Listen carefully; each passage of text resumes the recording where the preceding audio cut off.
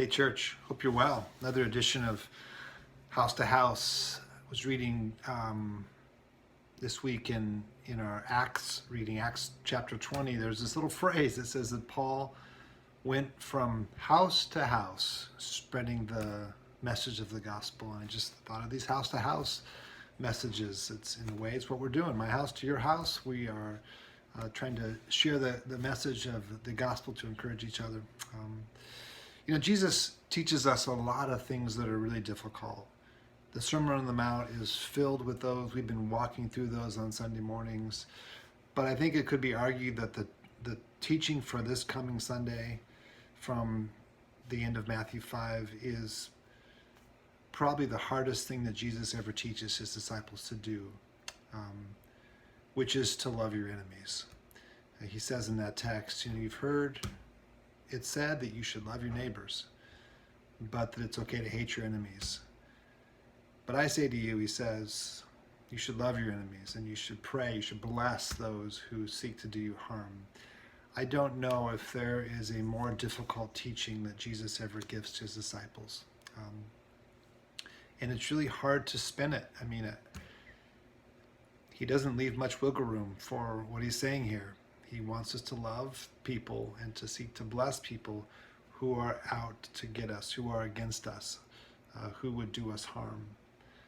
Whenever I've been asked over the years, who are your enemies, I sometimes have a hard time coming up with a list of people. I know there are some of you, because I've heard your stories, that you know enemies. There's been people in your life who have done you harm, would like to do you harm, or continuing to do you harm, and so it's easier for you. But for a lot of us, I think we struggle. Like, I don't know, I don't really have any enemies. There's people I don't like, but enemies, that's a little strong. As I really reflected on this text this week, a list began to grow for me as I really thought carefully about what it means to be an enemy. For me to be an enemy to others or to have enemies myself.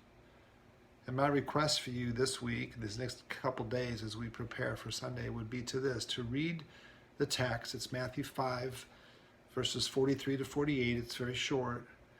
And to spend some time prayerfully reflecting on what Jesus is teaching here. And begin in your mind or even on paper to make a list of people that God brings to mind.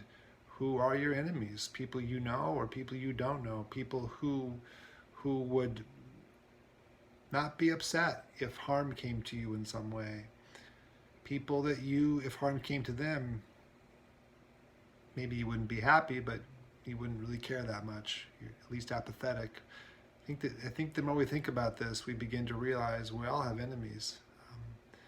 And ask God to bring those people to mind. And I would encourage you, this is the hard part, to be open about that. The problem is we know what God will do when he brings these people to mind. He's going to tell us, you need to love that person. And so we just want to keep them out of our mind, out of mind, out of sight, out of mind, whatever. But be open and be humble and be willing. Trust Christ that what he wants for us here is always what's best.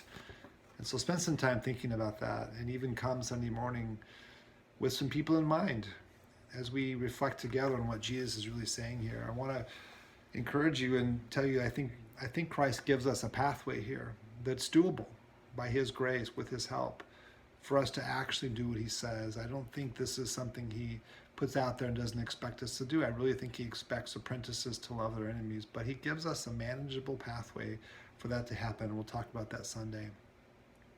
Read this quote today from St. Augustine.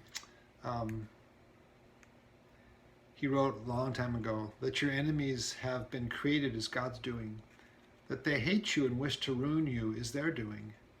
What should you say about them in your mind?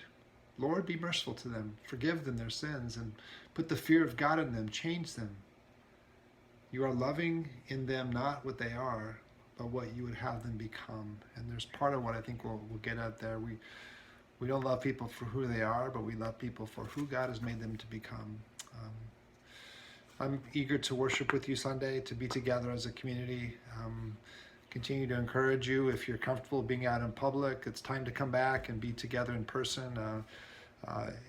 If you need to be online, that works, but it's in every way, it's better to be here in person. So if you're comfortable, I encourage you to come and be with us. There will be a baptism at the 9 o'clock service. Eddie Espinoza will be baptized. His parents, David and Sarah, are part of our community, and that will be a joy to be a part of. Baptisms are some of the most celebratory things we get to do as a church. Wherever you are today, pray that you would sense the grace and the peace of Christ, the love of God who's your Father, and the fellowship of the Spirit. Peace.